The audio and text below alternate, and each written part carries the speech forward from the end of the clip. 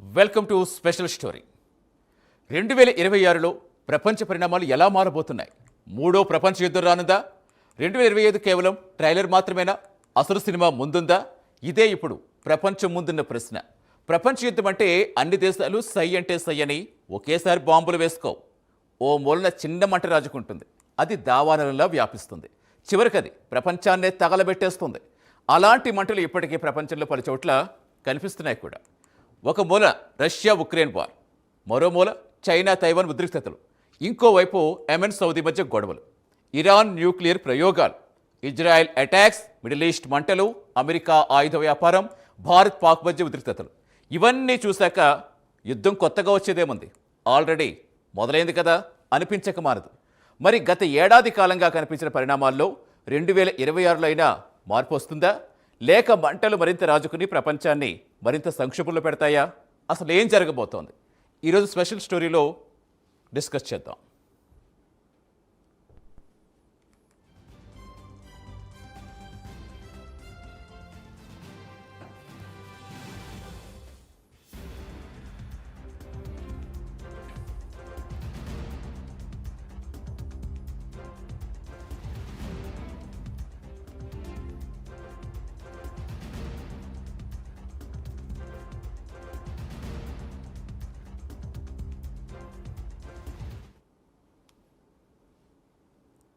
అసలు ముందు Russia Ukraine war సంగతి చూద్దాం. యుద్ధానికి కారణం ఎవరైనా, లక్ష్యం ఏదైనా, మిగిలేది వినాశనమే. ఈ ముక్క చెప్పడానికి పెద్దగా తెలివితేటలేమో అవసరం లేదు. చరిత్ర పేజీలకు అంటుకునే రక్తపు మరకలు చూస్తే తెలుస్తుంది. కానీ గతం నుంచి ఎలాంటి పాఠాలు నేర్చుకుని దేశాలు యుద్ధ మంత్రాన్ని వల్లవేస్తుంటాయి, ఆధిపత్యం కోసం ఆరాటపడుతూ ఉంటాయి. ప్రపంచ దేశాలపై పై చేయి సాధించడమే లక్ష్యంగా ఎలాంటి వినాశానికైనా దిగుతూ ఉంటాయి. రష్యా ఉక్రెయిన్ వారిని చూస్తే కనిపించే అంశం ఇదే. ఇక్కడ తప్పు ఎవరిది అంటే బ్లాక్ అండ్ వైట్లా చెప్పే పరిస్థితి ఉండదు. మరి చూసే కోణాన్ని బట్టి తీర్పు మారుతుంది. పశ్చిమ దేశాల నుంచి నా దేశ భద్రత కోసం జాగ్రత్త పడుతున్నా అంటారు పుతిన్. రష్యా నుంచి సేఫ్టీ కోసమే నా తాపత్రయం అంటారు జెలెన్స్కీ. కానీ ఈ రెండు దేశాలు మాత్రం పిక్చర్లో లేవు. అమెరికా, నాటో దేశాలు, వాటి అవసరాలు, ఆయుధ వ్యాపారాలు, ఇంధన ఎగుమతులు, డాలర్ ఆధిపత్యం, ఇలా అనేకం కలిసి రష్యా ఉక్రెయిన్ దేశాల సమస్యని చిక్కుముడి వీడకుండా చేసేస్తున్నాయి. ఇది 2026లో అయినా మారుతుందా? లేక మరింతగా ముదిరి మూడో ప్రపంచ యుద్ధంగా పరిణమిస్తుందా? ఇదే ఇప్పుడు 2026 ముందున్న అతిపెద్ద ప్రశ్న.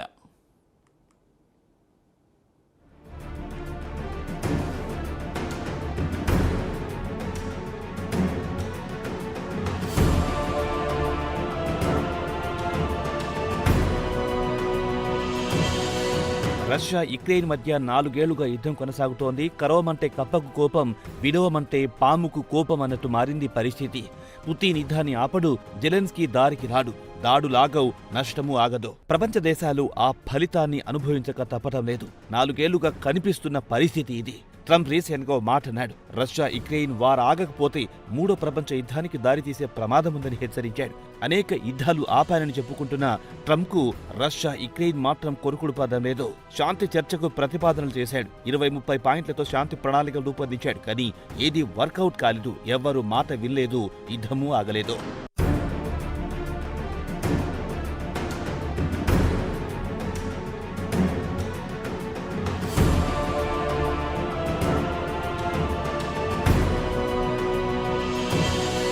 రష్యా యుక్రెయిన్ వార్ని సునిశ్చితంగా గమనిస్తే యుక్రెయిన్ నాటోలో చేరితే రష్యా భద్రతకు ప్రమాదం కాబట్టి యుద్ధానికి దిగాడు. అటు రష్యాకు చెక్ పెట్టాలంటే అమెరికా, యూరప్ దేశాలకు యుక్రెయిన్ను గుప్పిట్లో పెట్టుకోవడం అవసరం.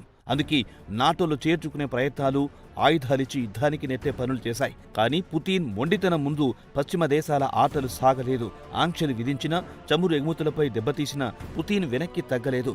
అందుకే చివరికి జెలెన్స్కీ మెడలు వంచైనా శాంతి ఒప్పందం వైపు నడిపిస్తున్నాడు ట్రంప్. ఇప్పుడున్న పరిస్థితి చూస్తే యుక్రెయిన్లో కొంత భాగం రష్యాకు అప్పగించడంతో పాటు పుతిన్ కండిషన్లకు తలొక్కితే తప్ప యుద్ధం ఆగదు. జెలెన్స్కీ దానికి రెడీగా కనిపించడం లేదు. ఇవన్నీ చూశాక 2026లో రష్యా యుక్రెయిన్ యుద్ధం మరింత పెరగడం ఖాయంగా కనిపిస్తోంది.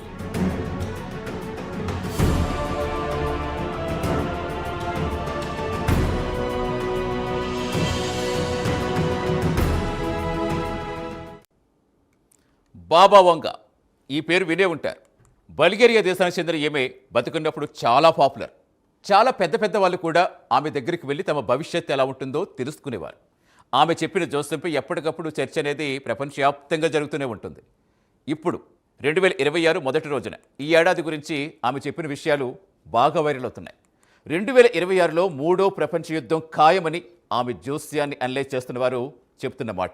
మరి అదే నిజమైతే మూడో ప్రపంచ యుద్ధంగా మళ్ళేందుకు అన్ని రకాల అవకాశాలు ఉన్న వార్ రష్యా ఉక్రెయిన్ మధ్య ఇప్పటికీ నడుస్తోంది. లేటెస్ట్గా పుతిన్ ఇంటిపై ఉక్రెయిన్ దాడి చేస్తే రష్యా ఉక్రెయిన్లో న్యూ ఇయర్ వేడుకలపై రష్యా చేసిన దాడిలో 30 మంది వరకు చనిపోయారు. ఈ లెక్కను చూస్తే 2026లో పరిస్థితి మరింత చేజారిపోతుందా? అసలు ఏ సంకేతాలు కనిపిస్తున్నాయి?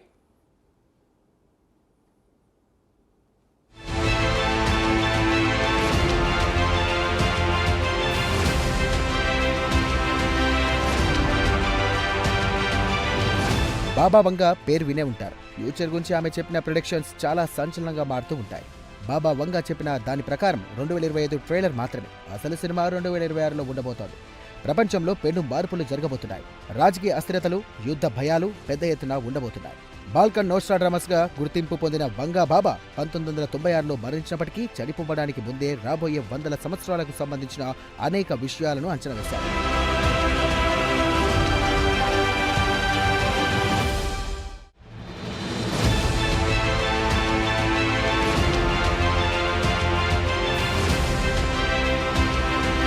అమెరికాపై 9/11 ఉగ్రదాడి అయినా, బ్రిటన్లో సంభవించిన వరదలైనా, ప్రిన్సెస్ డయానా మరణమైన ఆమె చెప్పిన అనేక విషయాలు నిజమయ్యాయని ప్రజలు నమ్ముతుంటారు. ఇప్పుడు 2026 గురించి ఆమె అంచనాలు మరోసారి తెరపైకి వచ్చాయి.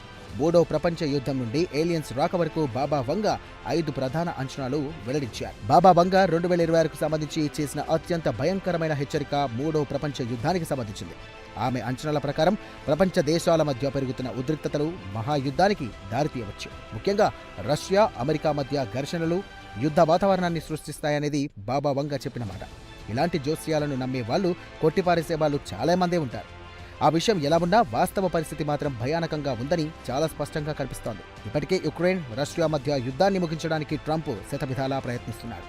రష్యా దారికి రాకపోయినా యుక్రెయిన్ను దారికి తెచ్చేందుకు ఆయన బెదిరింపులకు దిగిన సందర్భాలున్నాయి. చివరికి తాము ఒప్పందానికి దగ్గర వచ్చామన్న ఆయన ప్రకటన చేసిన తర్వాతే రోజే ఇక రష్యా అధ్యక్షుడు పుతిన్ నివాసంపై ఉక్రెయిన్ డ్రోన్ దాడులకు పాల్పడిందంటే యుద్ధం ఆగుతుందని నమ్మే అవకాశమే లేని పరిస్థితి కనిపిస్తోంది.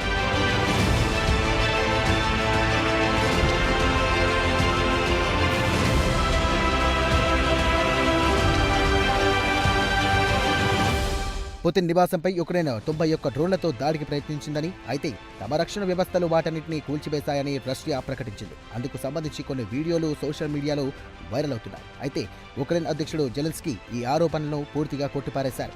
కీవ్లో కీలక ప్రాంతాలపై దాడులు చేయడానికి రష్యా ఇలాంటి అబద్ధాలు ప్రచారం చేస్తోందంటున్నారు. ట్రంప్ శాంతి ఒప్పందం కోసం తీవ్రంగా ప్రయత్నిస్తున్న తరుణంలో ఈ పరిణామాలు పెద్ద అడ్డంకిగా మారాయి. ఇది శాంతి చర్చల వాతావరణాన్ని దెబ్బతీసే అవకాశముందని ఆయన మండిపడుతున్నారు. పరిస్థితి ఇంత చేజారినా ట్రంప్ మాత్రం వెనక్కి తగ్గడం లేదు. శాంతి ఒప్పందం 95% పూర్తయిందని, త్వరలోనే యుద్ధానికి ముగింపు పడుతుందనే ఆశాభావాన్ని ఇంకా వ్యక్తం చేస్తూనే ఉన్నారు.